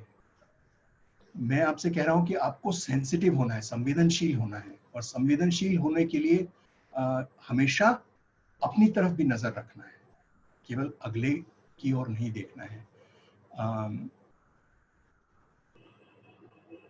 Can there be alternative name for Hinduism become coined which encompasses everyone? हाँ, ये कई ये तो पुरानी बहस है ना कि हिंदुत्व और हिंदू धर्म में फर्क करना चाहिए। ये सब कही जा रही हैं, और अच्छी चीजें हैं, ऐसा होना चाहिए, इनमें फर्क करना चाहिए। पर फिर जब व्यवहारिक स्तर पर हम आ जाते हैं तो हिंदुत्व की जो विचारधारा है वो इशारे इशारे में ही धर्म को समेट लेती है, बिना प्रत्यक्ष रूप से उसे संबोधित किए बिना या उसका उद्धरण किए बिना, उद्धृत किए बिना, उसको इशारों में ही उसे अपनी तरफ कर लेती है। और ये एक तरह से वाक विद्या है, रेटरिक का कमाल है। तो इसकी काट हमें खोजनी होगी। किस तरह की काट हो, ये इसके बारे में सोचना है, और ये रोज की लड़ाई है। आज हर रोज हमें दिख रही है ये इसके उदाहरण कि बात बात में सारे हिंदू धर्म को अपनी तरफ कर लिया, या उसके अपने को उसका ठेकेदार घोषित कर दिया। ये होते रहता है। और इसको लेकर के कुछ लोगों का मानना है कि असली हिंदू धर्म की अलग एक मान्यता स्थापित की जाए, उसकी एक अलग पहचान बनाई जाए। मुझे इस मामले में मैं ज़्यादा कुछ कह नहीं पाऊंगा, क्योंकि धार्मिक आस्था एक ऐसा विषय है। मैं ये हल्केपन में नहीं कह रहा, मैं ये पूरी गंभीरता के साथ कह रहा हूँ कि मुझे ये समझ में नहीं आता, और चूंकि मैं ये इसे समझ नहीं पाता हूँ, मैं इस पे बोलने से कतराता हूँ। यानी कि मेरी खुद की कोई ऐसी आस्था नहीं रही है, तो मैं अनुभव के आधार पे नहीं कह सकता कि धार्मिक आस्था इस तरह की चीज होती है, और इसलिए असली हिंदू धर्म को इस खोटे हिंदुत्व से अलग करने की जो रणनीति है वो सफल हो सकती है, इस कारण हो सकती है, उस कारण हो सकती है। ऐसे तर्क में नहीं दे पाता, क्योंकि मुझे इसका कुछ तजर्बा नहीं है। मैं अपने को मैं ये इसे कोई खूबी नहीं मानता, मुझे ये अपनी एक कमी ही नजर आती है कि मैं आस्था की जो अवस्था है उस अवस्था से मैं परिचित नहीं हूँ। तो इसलिए उस आस्था के अंदर से जो लोग बोलने का दावा करते हैं, उनके साथ मेरा संवाद थोड़ा सीमित रह जाता है। ये व्यक्तिगत सीमा है मेरी, तो इसलिए मैं इससे बाध्य हूँ। In India, we have many symbols of Hindu-Muslim shared cultural values. How do you see the threats to these shared values from Tablighi Jamaat at one end and Hindu nationalism? There has been talk of syncretism for a long time. How much benefit has that done us? I'm not sure that it has done us a lot of good. And a lot of there is a lot of, how shall I put it, nostalgia or even a romantic notion of syncretism. Religions in reality, in history, religions have been to use Rousseau's phrase red in tooth and claw. They have had a history of violence. Every religion in the world has a history of violence. And it is a mistake to forget that history. And I think talk of syncretism, again, this is a personal prejudice I have perhaps, is not very helpful today. And a realistic, एक व्यावहारिक लक्ष्य हमारे लिए ये होना चाहिए कि अलग अलग धर्म के लोग एक दूसरे का कत्ल किए बिना साथ रह सकें एक देश में। सबका ईद और होली पे एक दूसरे के घर जाना ये तो अब दूर की बात हो गई। ये न भी हो तो चलेगा, कम से कम एक दूसरे के खून के प्यासे न हो, बस मेरे लिए तो इतना ही काफी है। So I am not very personally very enthusiastic about talk of syncretism, which I feel underplays the genuine divisions that religions bring. Despite those divisions, social life was possible in the past, and it is possible today, and it should be possible in the future. इस संभावना को सहेज कर रखना है। बस मेरी इतनी सी मेरे अरमान बस यहीं तक सीमित है। सिंक्रेटिज्म तक जाने का मुझ में साहस नहीं आज।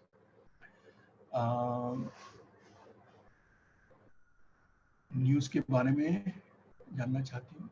विकास दुबे, देखिए आपको इसके बारे में मुझसे ज़्यादा पता होगा, मैंने अभी तक पढ़ा नहीं है कुछ कि क्या हुआ, कहाँ हुआ, तो इसके लिए मुझे क्षमा करें।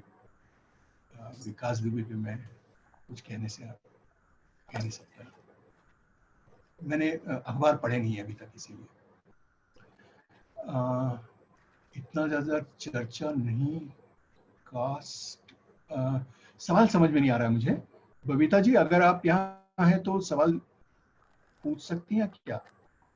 हाँ, मैं पूछ सकती हूँ। मैं ये जानना चाहती हूँ कि जैसे अभी इसी विकास दुबे की जगह कहीं कोई और होता तो उसका सोशल मीडिया पे, फेसबुक पे काफी चर्चा चल रही होती। अच्छा, उसकी जाति की बात। हाँ, पर वो शायद अपर कास्ट से है तो शायद इतना उसको उसमें फेसबुक पर इतना हाईलाइट नहीं कर रहे हैं उसको लोग। जी, ये बात सही है। ऐसा नहीं है कि कथित उच्च जातियों की जाति को रेखांकित नहीं किया जाता। उनको जब रेखांकित किया जाता है, खास तरीके से किया जाता है, खास संदर्भ में किया जाता है।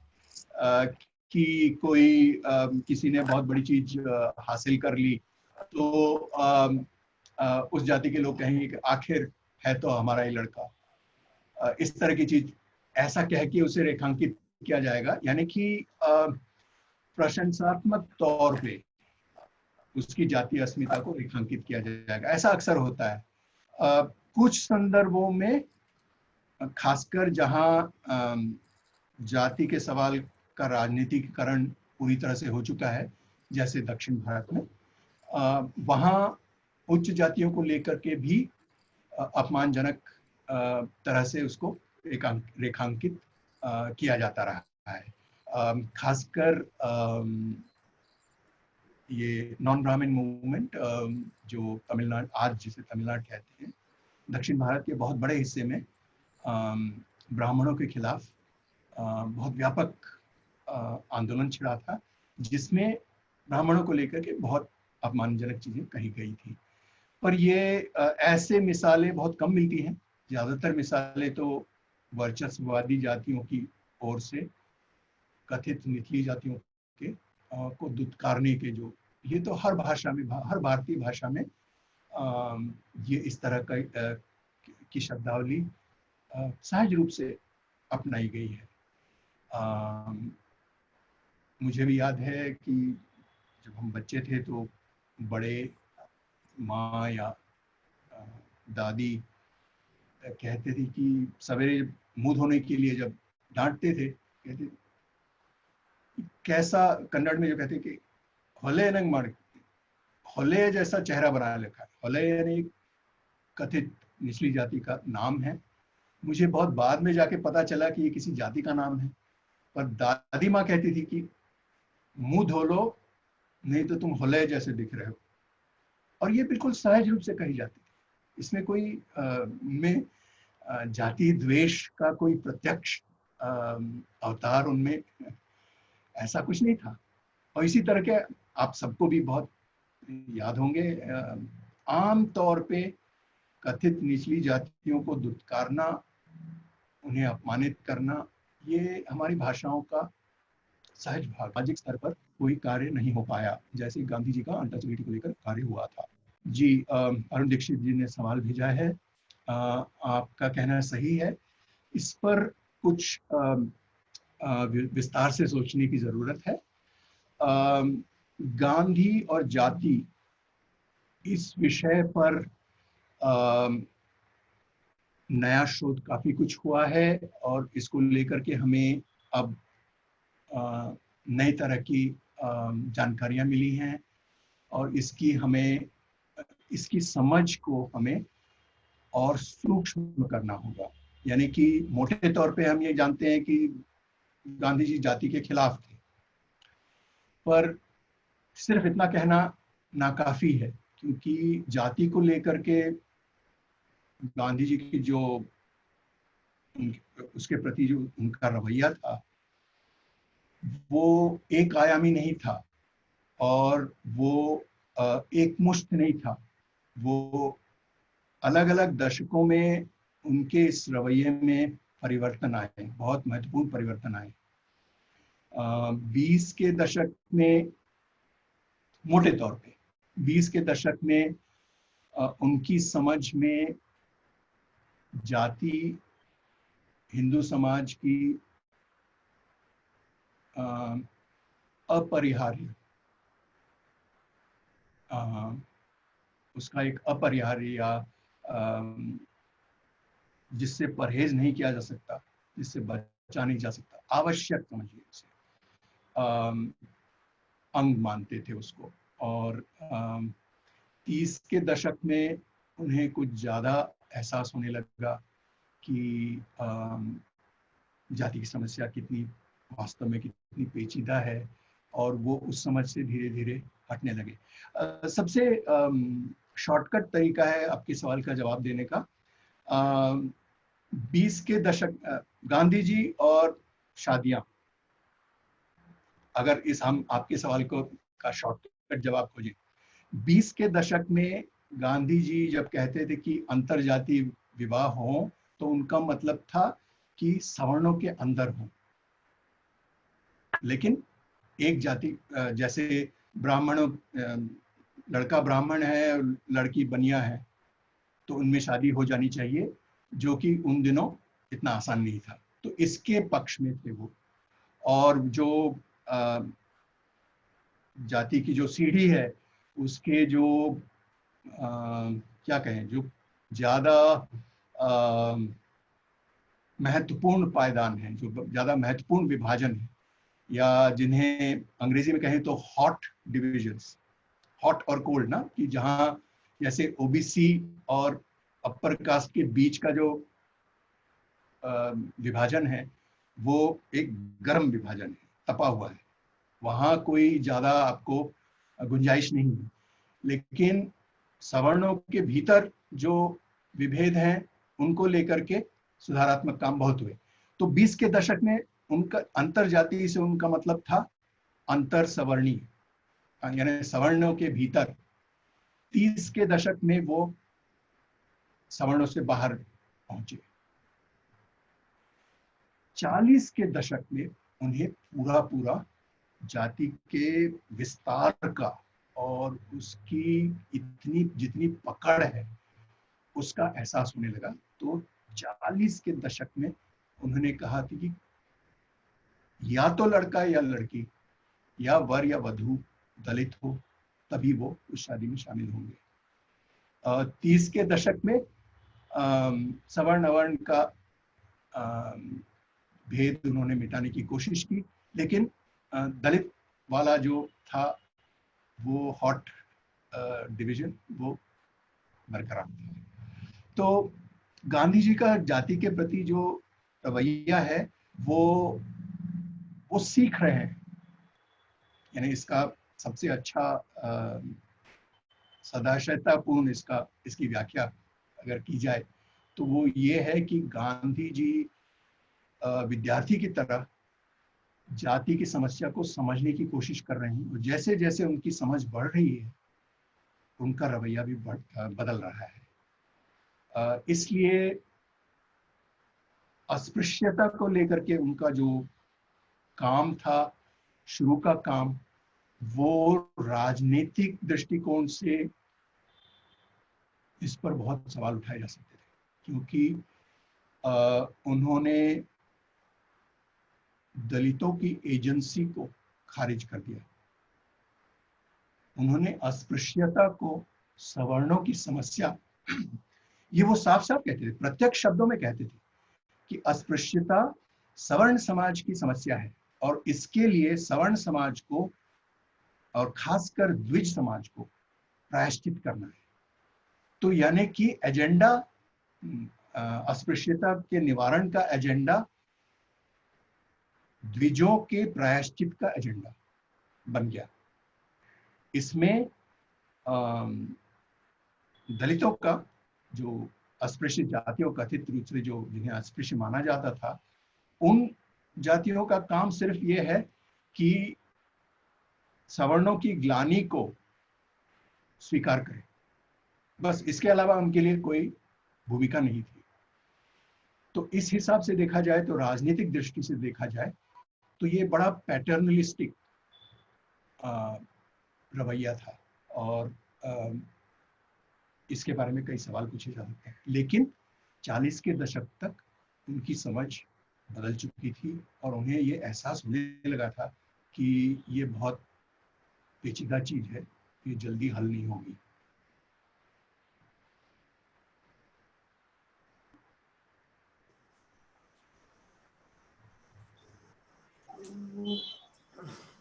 सर मैं एक बात और कहना चाह रहा था, जी बात कर सकता हूँ? जी जो मेरा प्रश्न जो था सर, वो इस बात पे था कि ठीक है, गांधी जी के समय में गांधी जी ने अपने जो भी प्रयास किए उसमें कमियां होंगी, और जिस तरह से आपने उसका प्रोग्रेस बताया वो बात सही है। लेकिन आज के समाज में जब हम देखते हैं कि कहीं पे दलितों के साथ में अत्याचार हो जाता है, एक पॉलिटिकल क्वेश्चन तो है, वो पॉलिटिकल क्वेश्चन बन जाता है। लेकिन मेरा कोई बहुत ज्यादा इस पर अध्ययन नहीं है, लेकिन मैं ऐसे समझता हूँ कि मेरे को कहीं ये नहीं दिखाई पड़ता है कि जिस तरह से एक कोई ग्रुप है जो उनके सामाजिक मुद्दों को लेकर के काम कर रहा हो डायरेक्टली, जिस तरह से गांधी जी का, ठीक है कमी बेसी हो सकती है, लेकिन उन्होंने एक काम डायरेक्ट किया था वहां पे, चाहे अनटचेबिलिटी के लिए, जैसे आपने कहा कि वो मैरिज में शामिल होना या नहीं होना, इंटरकास्ट मैरिज, इस तरह के डायरेक्ट एक्शन के कुछ पॉइंट थे उस वक्त।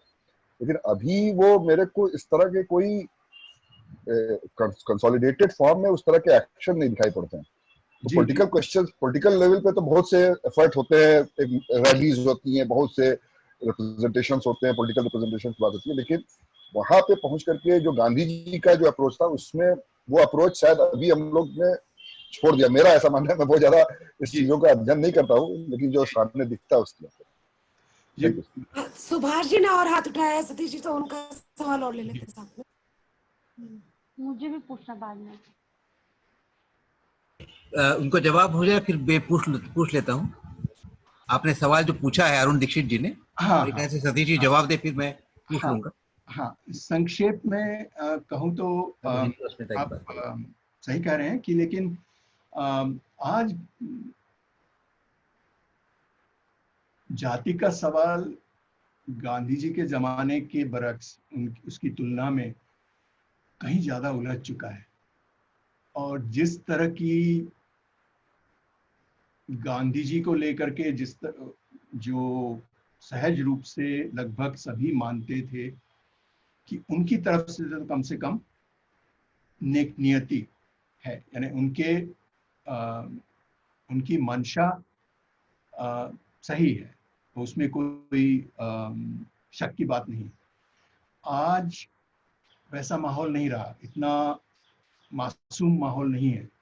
और इसलिए जाति को लेकर के कोई भी पहल जोखिम से भरा है, राजनीतिक जोखिम से भरा है, क्योंकि यहाँ एक तरह से नए सिरे से तपाई गई संवेदनशीलता का है, सेंसिटिविटीज का है, और इसलिए उस तरह का डायरेक्ट एक्शन आज उस शक्ल में संभव नहीं है। इसके विपरीत बहुत कुछ देखने को मिलता है। आपने भी देखा होगा कि ये जो ऑनर किलिंग्स हो रही हैं, ये सब, और ये बहुत सारी जातियों में पाई जाती है।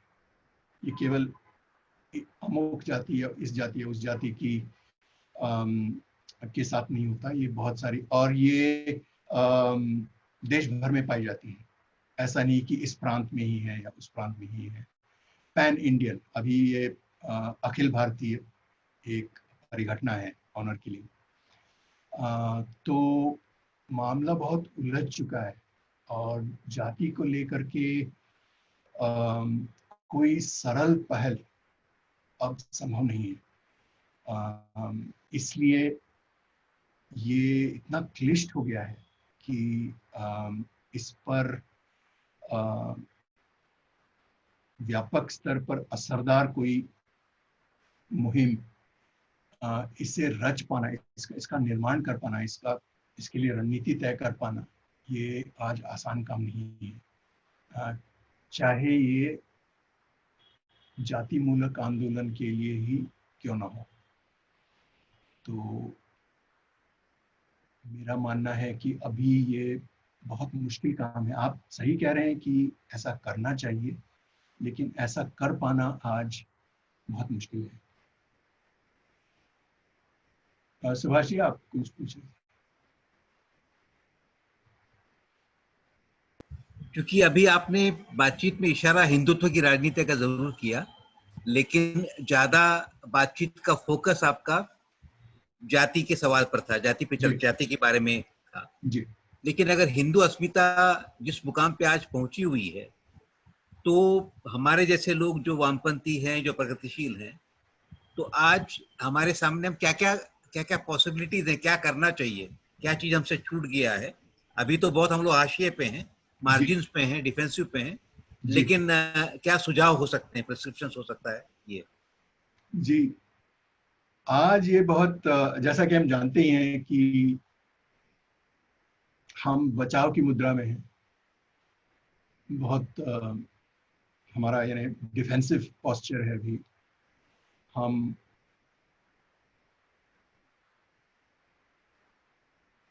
पीछे यानी लगातार पीछे हट रहे हैं, ऐसा मुझे लग रहा है।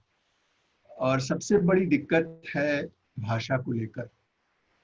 भाषा से मेरा मतलब है कि ऐसी भाषा जिसकी समाज में, व्यापक समाज में कोई अनुगूंज हो, रेजोनेंस हो। तो हमारी भाषा, जो प्रगतिशील लोगों की भाषा, वामपंथी लोगों की भाषा, इसकी अनुगूंज नहीं है। ये कटु सत्य है, कठोर सत्य है,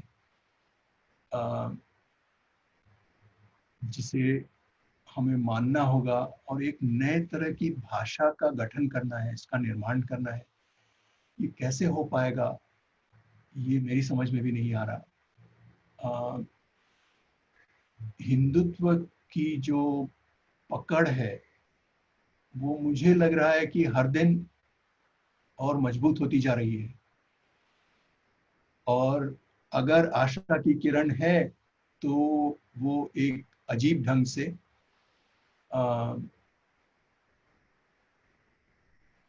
आर्थिक मंदी से जो तबाही मची है और इसके और गहरे होने के आसार हैं, उससे क्या ये नशा उतरेगा?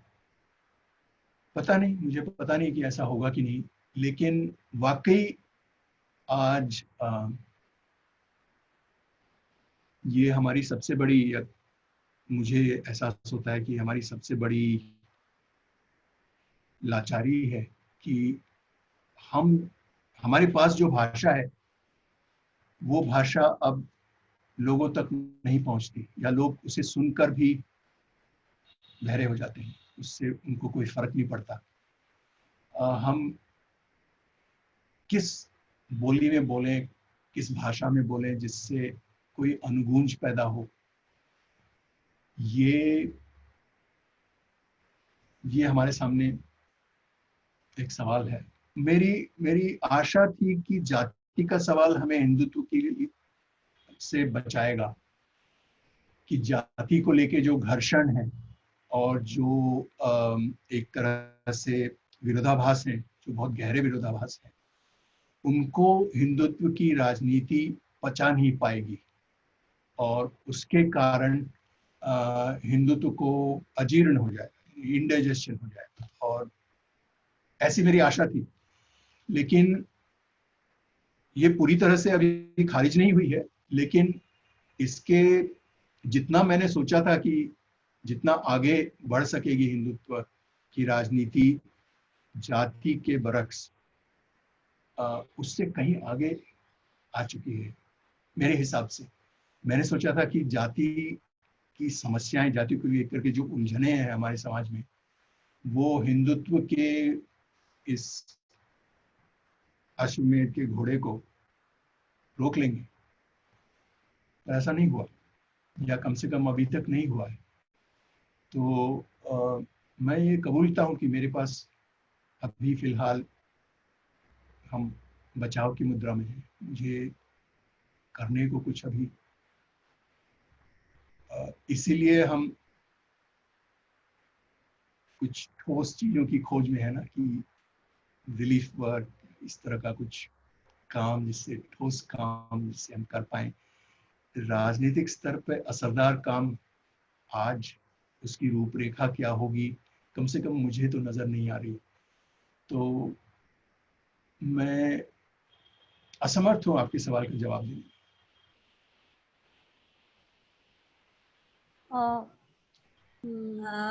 मुझे सतीश जी, सॉरी, हाँ हाँ जी, काफी अच्छा लगा। और अभी मुझे लगता है कि और भी हम लोगों को सीखने समझने की जरूरत है। काफी पूरा जटिल परिदृश्य लगता है समझने के लिए। जी। एक तरफ जो अरुण जी कह रहे थे कि ऐसे प्रयास नहीं दिख रहा है, और सही में हमें भी लगता है कि जाति तोड़ों को लेकर के जो सुधार आंदोलन के जो प्रयास थे वो बाद में कहीं जाति बना हुआ है, लेकिन वो प्रयास उस तरह से नहीं दिखता है। जैसे महिलाओं के प्रश्न पर भी हम देखते हैं कि दहेज जैसे बहुत सारे मुद्दे बने हुए हैं, लेकिन दहेज का मुद्दा अगर आप आज लेकर के आंदोलन चलाना चाहें तो लगेगा कि ये तो बहुत पुराना मुद्दा है।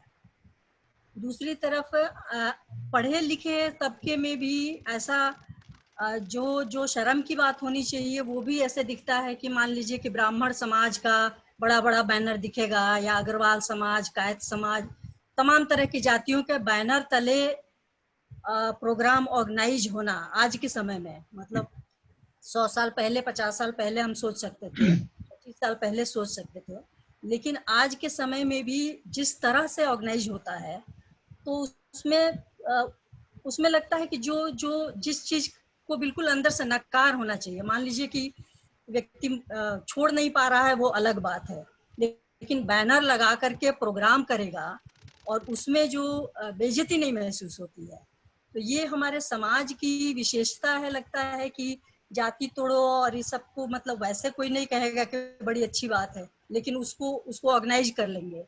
तो ये दोहरापन एक तरह का जो दिखता है, उसको हम जैसे ताकतों को कैसे इसको एड्रेस करना चाहिए, मतलब मुझे लगता है कि बहुत बड़ा मुद्दा है जिसको हमारी जैसी ताकत भी ऑर्गेनाइज करना या एड्रेस करना उतना आसान काम नहीं लगता है। जी जी जी, बिल्कुल सही कह रही हैं आप। और देखिए, जब हम कुछ कर पाने में असमर्थ हैं तो दार्शनिक हो जाना लाजमी हो जाता है। तो एक तरह से ये भी सोचा जा सकता है कि कुछ चीजें हैं जिनसे हमें इतिहास हमें बताता है कि कुछ ऐसे कालखंड हैं जिनसे केवल गुजरा जा सकता है, उनको उनके द्वारा खड़े किए गए सवालों को हल नहीं किया जा सकता। तो यानी इस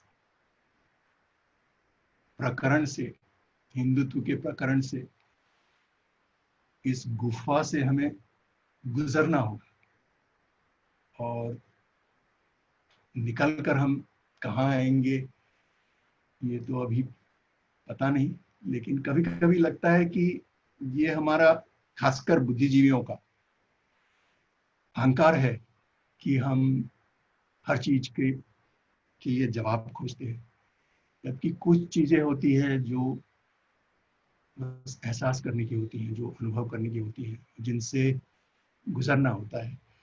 और मुझे लगता है कि जाति का जो वर्तमान चरण है, ये सिर्फ झेला जा सकता है। इससे गुजर कर जब ये अन्य कारणों से, हमारी दखलंदाजी के कारण नहीं, हमारी पहल के कारण नहीं, बल्कि दूसरे कारणों से ये हाशिए पे जाने लगेगा या फिर इसकी सार्थकता कम होगी, तब हमारी बारी आएगी। और तब तक हमें अपने आप को जीवित रखना है, यानी राजनीतिक तौर पर जीवित रखना है। हाँ, ये बहुत आपको लग सकता है निराशावादी है, पर कहते हैं ना कि अब दार्शनिक होना अब हमारी मजबूरी है।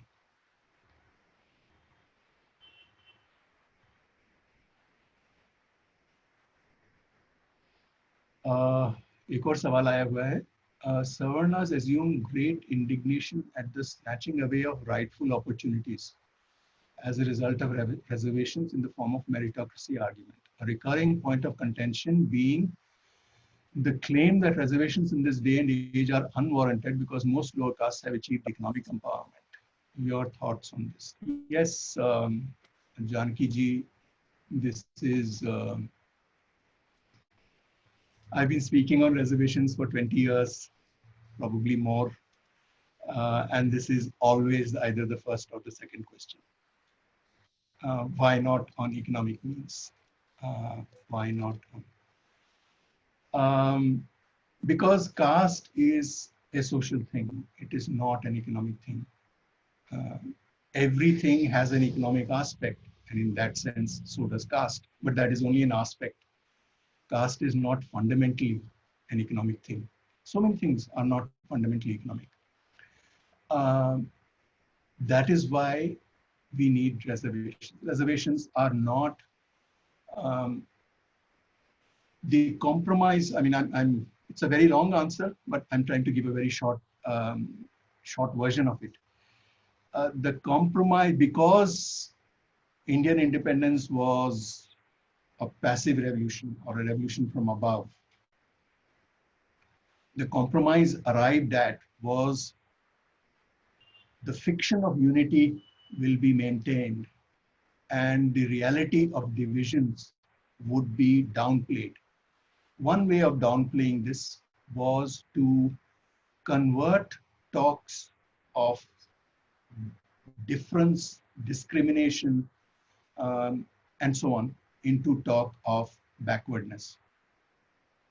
So the Constituent Assembly adopted the language of backwardness to, in a sense, provide a homeopathic cure for the problem of caste by saying that actually now that we are going to be independent, we are all one, caste is gone, we have outlawed it, and in order to take care of the historical disadvantages or the historical backwardness of certain groups, we will have reservation.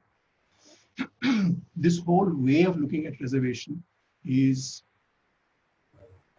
misplaced, is a form of self-delusion, which is what the country did, or the powerful people did at that time. So you will continue to always have this feeling among, see, the great gift that the Indian Constitution gave to the upper castes was the gift of anonymity, caste anonymity, the gift of insisting that your caste advantages not be talked about. And that gift we have encashed very successfully since independence, to the point where now we can be aggressors and we can say, how long will reservation continue? I haven't been, I think, to any meeting where reservation is talked about where somebody has not asked me this. How long will this continue? And my standard reply is this: let there be one full month in which there is no atrocity on Dalits in this country. One full month, that's all I'm asking. Then you can, I will support removing reservations. So yes, meritocracy is another very convenient, self-delusional argument that is brought, and it requires to be addressed. Again, to make long story short, what we need to talk about is questions of measurement. How is merit measured? And even more importantly, what we talk about even less is the force of merit. Suppose you have somehow measured merit correctly. So what? What is to follow from that measurement? That question is a political question. It is not solved within meritocracy. So these are the issues that we need to think about on this. And it is very difficult to make people listen to this. And good luck to you if you are trying to do this. In what ways would you suggest cross-movement dialogues beyond the additive language of inclusion? Yes, excellent question. Once again, a question to which I don't have a clear or ready answer. I think you're talking about or gesturing towards this very controversial idea of intersectionality. Yes, we need to talk about that. The mistake that left-wing thinkers made was to stick to the understandable but socially naive idea of the early Marxists that the economic will have primacy in the same way in every era, in every mode of production. That is simply not true. Even if you believe that the economic is important and fundamental, the ways in which social life takes shape and political life takes shape is very, very different. So there is no identity today that is singular, especially in a country like ours, where even a group that is proportionately small is in absolute numbers very large. तो जब हमारे यहाँ कोई भी समुदाय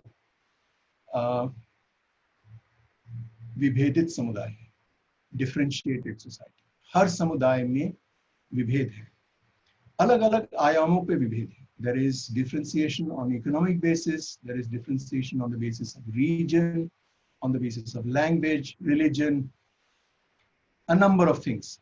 So given that all our identities are multiple, they are never singular, we have to learn of ways in which we can talk about the interaction of different kinds of identities in different contexts. And for this, we need to find ways that are genuinely helpful, that take us forward.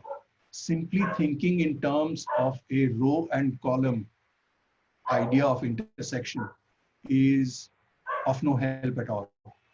A row column way of looking at intersection is a truism.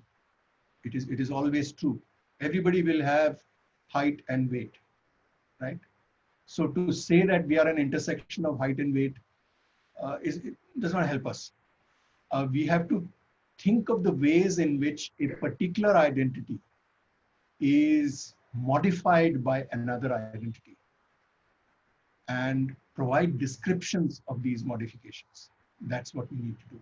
तो हमें जब हम जानते हैं कि कोई भी अस्मिता एक मुश्त नहीं है, एक आयामी नहीं है, और कई सारी अस्मिताएं मिल करके किसी एक व्यक्ति को की शख्सियत को आकार देते हैं, तो हमें एक नई सैद्धांतिक भाषा और राजनीतिक भाषा का विकास करना होगा जो इन अस्मिताओं के आपसी रिश्तों के बारे में सकारात्मक रूप से बात कर सके। सकारात्मक का मतलब एक ऐसे ढंग से इस पे बात कर सकें जिससे कि हम कुछ परिभाषाओं या कुछ शब्दों या भाषा के आधार पर ऐसे विवरण तैयार कर सकें जो हमारी राजनीतिक समझ को बढ़ाएं। तो उदाहरण के लिए आप लीजिए गरीब ब्राह्मण। ये एक ऐसी अवस्थिति है, लोकेशन है, जो विचारधारात्मक तौर पे बहुत ही महत्वपूर्ण है। इसे लगभग हर जाति के सवाल के बारे में जब भी कोई राजनीतिक विवाद छिड़ता है तो इस अवस्थिति को हमेशा हाजिर किया जाता है उस विचारधारात्मक विवाद में। तो हमें ये सोचना है कि गरीब होने से ब्राह्मणत्व के जो प्राधिकार हैं उन पर क्या असर पड़ता है, वो कौन से प्राधिकार हैं जो बरकरार हैं गरीबी के बावजूद, और वो कौन से प्राधिकार हैं जो गरीबी के कारण क्षीण हो जाते हैं या जिनका क्षरण होता है, जो धीमे पड़ जाते हैं या जो असरदार नहीं रहते। और इनका हमें व्यवहारिक विवरण चाहिए जिससे कि उस अवस्थिति की हम एक नई परिभाषा तैयार कर सकें जो ईमानदार हो और जिसे केवल एक झंडे या एक नारे की तरह इस्तेमाल न किया जाए, जो कि आमतौर पे होता है। गरीब ब्राह्मण जब भी आप सुनेंगे, इस वाक्यांश को सुनेंगे, तो आप तैयार हो जाइए कि किसी प्रकार के ये एक हाथ की सफाई है एक तरह की। इसको लेकर के कोई आपके साथ कोई जादू का टोना जैसे जादूगर करते हैं उस तरह का कोई करतब करके कुछ किया जाएगा आपके सामने। हमें ऐसी चीज नहीं चाहिए। हमें चाहिए वस्तुनिष्ठ जमीनी विवरण जो हमें बता सके कि गरीब ब्राह्मण नामक चीज, नामक जीव, उसकी आज सामाजिक हैसियत अमुक संदर्भ में, अमुक कालखंड में क्या है। इस तरह का काम जब होने लगेगा, और ये केवल एक उदाहरण है, इस तरह के बहुत सारे उदाहरण हैं। हर हमारी राजनीतिक तौर पे महत्वपूर्ण मानी गई हर अस्मिता अब एक तरह से एकल नहीं रही, बहुल है, और इस बहुलता का सामना करना होगा। और इसलिए जो चिकनी चुपड़ी बातें आजकल होती हैं इंटरसेक्शनैलिटी के नाम पर, उससे हमें बचना है और उससे आगे चलना है, क्योंकि ये वास्तविक समस्या है, ये कोई मनगढ़ंत चीज नहीं है, और इसका सामना करना आवश्यक है।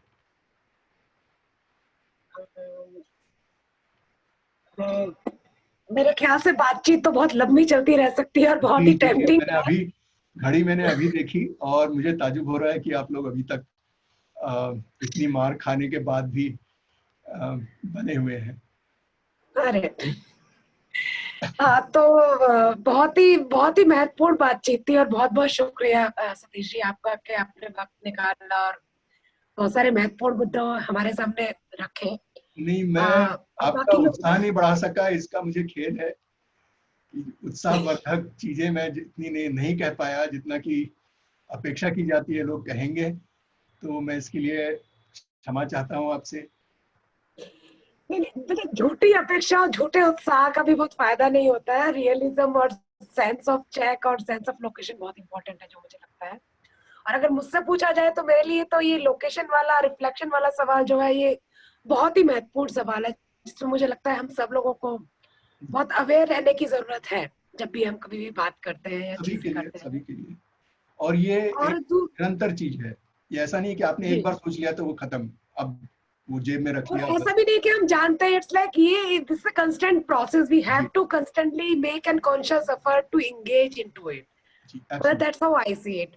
और एब्सोल्युटली। दूसरा जातीय प्राधिकार का सवाल, वो भी एक बहुत महत्वपूर्ण सवाल है कि रिस्पॉन्सिबिलिटी और नैरेटिव कैसे शिफ्ट हो रहा है।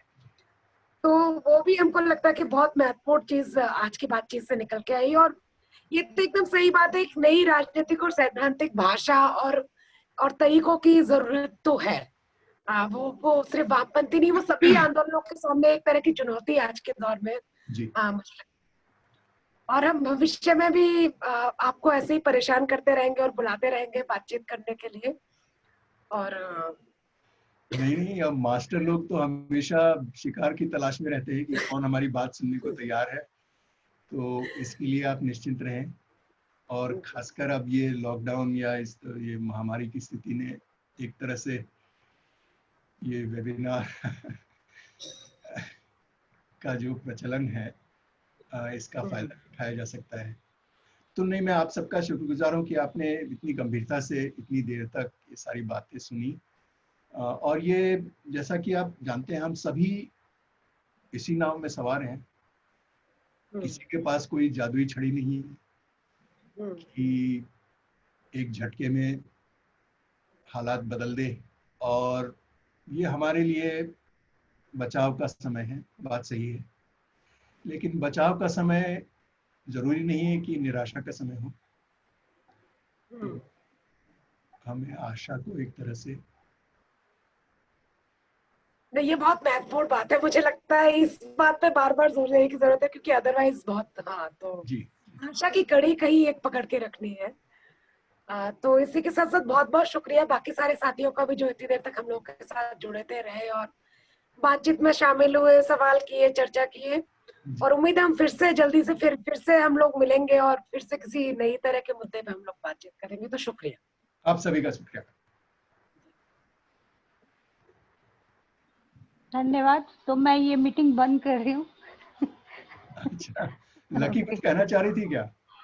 वैसे चर्चा हो ही गई उस पर। मुझे था कि इलेक्टोरल डेमोक्रेसी के अंदर हम जिस तरह से जाति को अब नया रूप जो आया है, उसमें जो भविष्य में जो पहचान की अस्मिता, खासतौर पे जाति की बात हम कर रहे हैं, तो एक तरफ डेमोक्रेसी एक बहुत महत्वपूर्ण एक मतलब जीत है समाज के अंदर, कि हम तरह से पहुंचे हैं जहां लोकतंत्र की बात हम करते हैं। और वहाँ और जब ये इसमें स्त्री मुक्ति संगठन और अन्य प्लेटफॉर्म पे भी हम लोग चर्चा करते रहे हैं, उस संदर्भ में कि हम फिर ये जाति या अस्मिता के आधार पे जो लड़ाई है जिसको हम उन्मूलन की बात करते हैं, तो वहाँ कितना संभव है जब हम चाहे वो क्लास के लेवल पे हम कहते थे सर्वहारा के पास खोने के लिए कुछ भी नहीं है भेड़ियों के अलावा, पर जाति में हमें ये दिखाई दे रहा है कि इसको खोने में सबके पास कुछ है, अगर जाति तोड़ने की बात करते हैं। तो वो एक सवाल फिर कि हम मतलब ये बहुत ही अनसुलझा सा लगता है कि हम कैसे कर पाएंगे। एक तरफ डेमोक्रेसी में हम मानते हैं कि एक अधिकार हो हर किसी को चुनने का, और उसमें फिर जो गैर बराबरियां हैं उनको अपॉर्चुनिटीज उस तरह के प्लेटफॉर्म दिए जाएं जिसमें आरक्षण पे एक तरह की बात होती है, पर मताधिकार के तौर पे भी अगर देखें तो उसमें भी जाति एक बहुत महत्वपूर्ण रोल अदा करती है। उस संदर्भ में मैं थोड़ा सा इसको समझना चाह रही थी कि फिर वहां कैसे हम।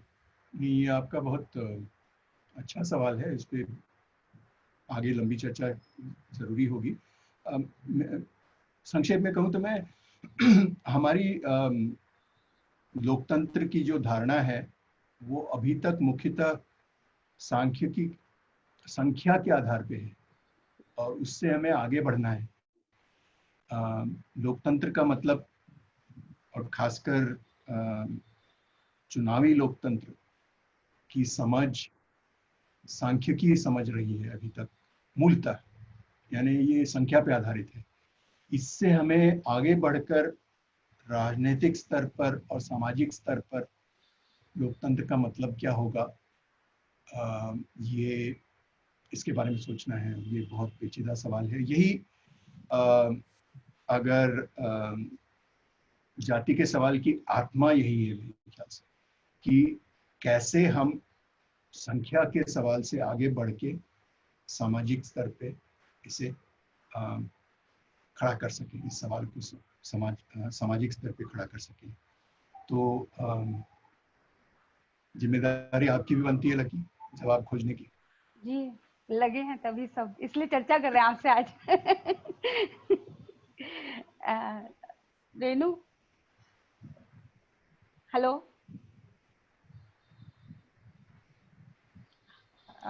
रेनू के कनेक्टिविटी में कुछ प्रॉब्लम आ रही है लग रहा है, पहले भी बोली। अच्छा, तो मैं फिर स्त्री मुक्ति संगठन की तरफ से, रेनू की तरफ से फिर से बहुत बहुत शुक्रिया करती हूँ। और ये मीटिंग क्योंकि टेक्निकल चीजें मैं देख रही थी तो मैं इसे बंद कर रही हूँ अभी। अच्छा, शुक्रिया।